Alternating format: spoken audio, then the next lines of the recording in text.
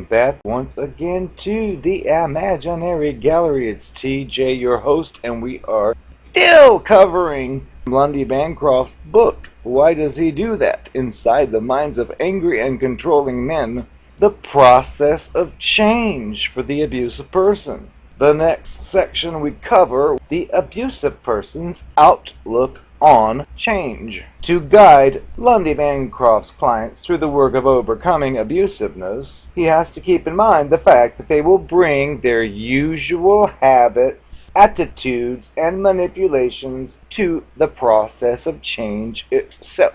This is why a lady finds herself feeling like she's riding a roller coaster while her partner claims to have changed. Here are some of the attitudes that abusers commonly exhibit when their partners, a court, or an abuse program begin demanding that they stop.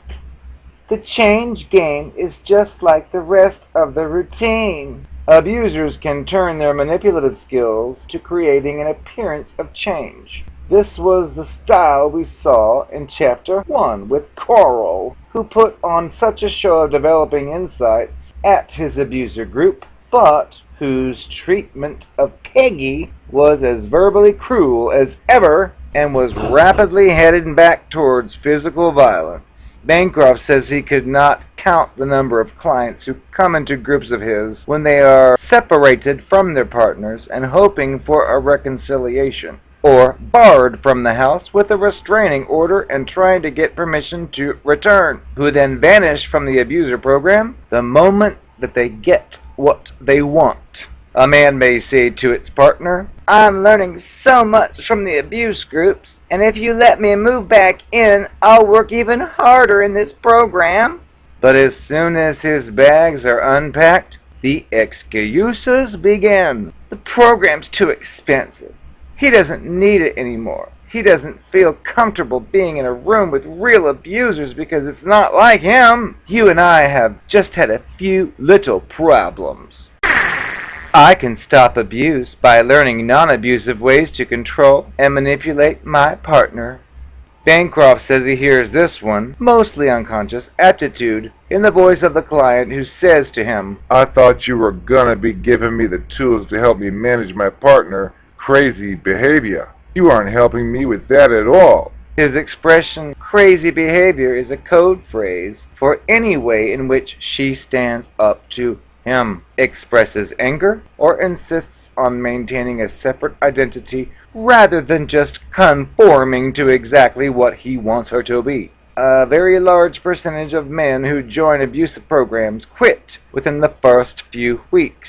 They make the various excuses at home, but the true reason is that they discover that the program expects them to start treating the partner with respect when they were hoping to just learn kinder and gentler approaches to running the abuse show.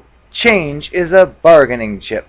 An abusive person often tries to use the promise of change to cut deals, since he believes that the partner's behaviors are just as wrong as his. "I'll agree not to call you witch anymore if you don't bother me to help clean up the children's mess when I'm trying to watch the football game. I won't call you a whore or a slut if you give up talking to your male friends.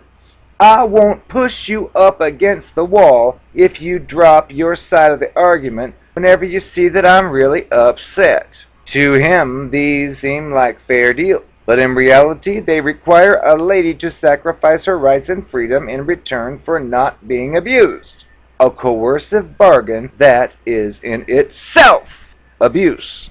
I don't mind changing some of what I do as long as I don't have to give up the attitudes and behaviors that are most precious to me. At some point during the first few months that a man's in Bancroft's program, he usually stumbles upon the core of his privilege. Like a rear bunker on his terrain, he may abandon a few of his forward positions, but this fortification is where he surrounds himself with sandbags and settles in for protracted war.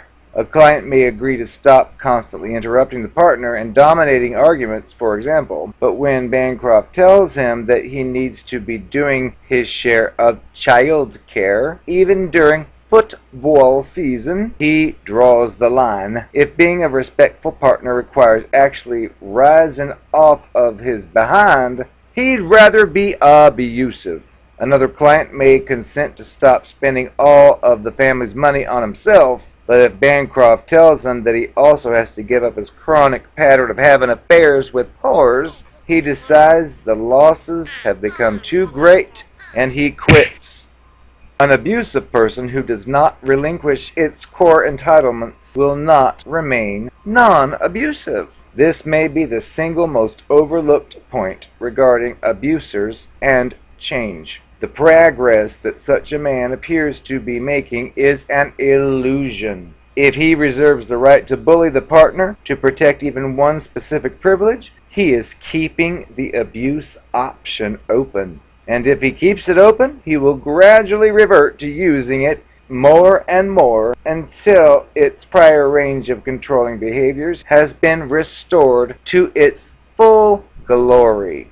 Abusive people attach themselves tightly to their privileges and come to find the prospect of having equal rights and responsibilities living on the same plane as their partners almost unbearable. They resent ladies who require them to change and persuade themselves that they are a victim of unfair treatment because they are losing their lopsided luxuries, but they can't change unless they are willing to relinquish that special status. One of the key pieces of work they have to do in an abuser program. For Bancroft to be able to help an abusive man change, he has got to guide him past the points where he gets stuck. He explains to him that he's going to feel some guilt, for example, and that his sense of entitlement will make him want to backslide when the guilt of feelings come up. Bancroft has had to alert him when he starts trying to cut deals to preserve aspects of his abusive behavior, and when he reverts to blaming the partner or feeling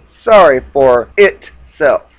Bancroft has to help him become aware of his real motives for abusive behavior. Above all, he's got to confront his lack of empathy for the partner and children, pressing him to get in touch with the feelings of those he's hurt. It's Bancroft's job to take away the abusive man's privilege of turning his eyes away from the damage he's done. If the man's willing to persist through this long and difficult process, the potential for real change begins. I am the hottest narcopath you'll ever see. Just call me Cher. I've been thinking about all the stuff you used to say about me and complain about me, and I was all bad. I knew that, but when you told me about the bad stuff I did, I just told you how you were just trying to insult me. And it got you to shut your little trap now, didn't it? Well, I'm going to be posing nude for Playboy. And I want you to drop your coin in my slot.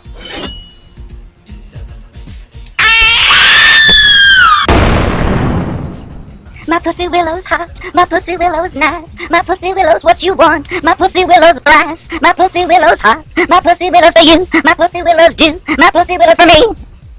Oh, hi, I was trying to audition for a new song. I think I could be a #1 recording star, what do you think?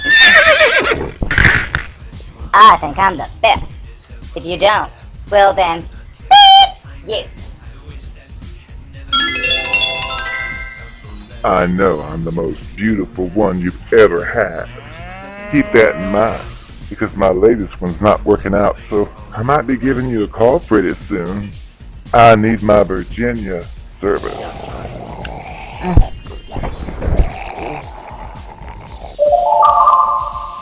I know it's been a long time. I might be in your area the next week or so. Thought maybe we could get together and do some you-know-what. Oh, who cares that I turned you into the police for the crimes that you committed? You deserved it. Who cares that I told your parents about all the filth you were into? Who cares? That's the past, honey. Let's get together and have fun, if you know what I mean.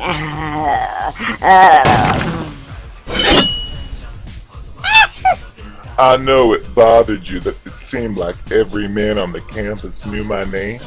and always pinched my bottom or said hi or whatever, and it always made you so insecure because you were scared. You told me you thought that maybe I was with all these guys, and I told you again, you're the first one I've ever been with. They all want me. You should be glad because you're lucky you have me. They want it and they're not gonna get it, and you've got it. Little did you know, when your back was turned, they all got it, and you didn't need to know about it. So I had the best of both worlds. I had you, and I had them. You're just gonna have to accept it. Many times when you went down there were several other guys and a few gals with juices down there for you to taste. You did comment a few times about the flavor, and I just acted insecure because I thought there's no way it could be anybody else. And you bought it.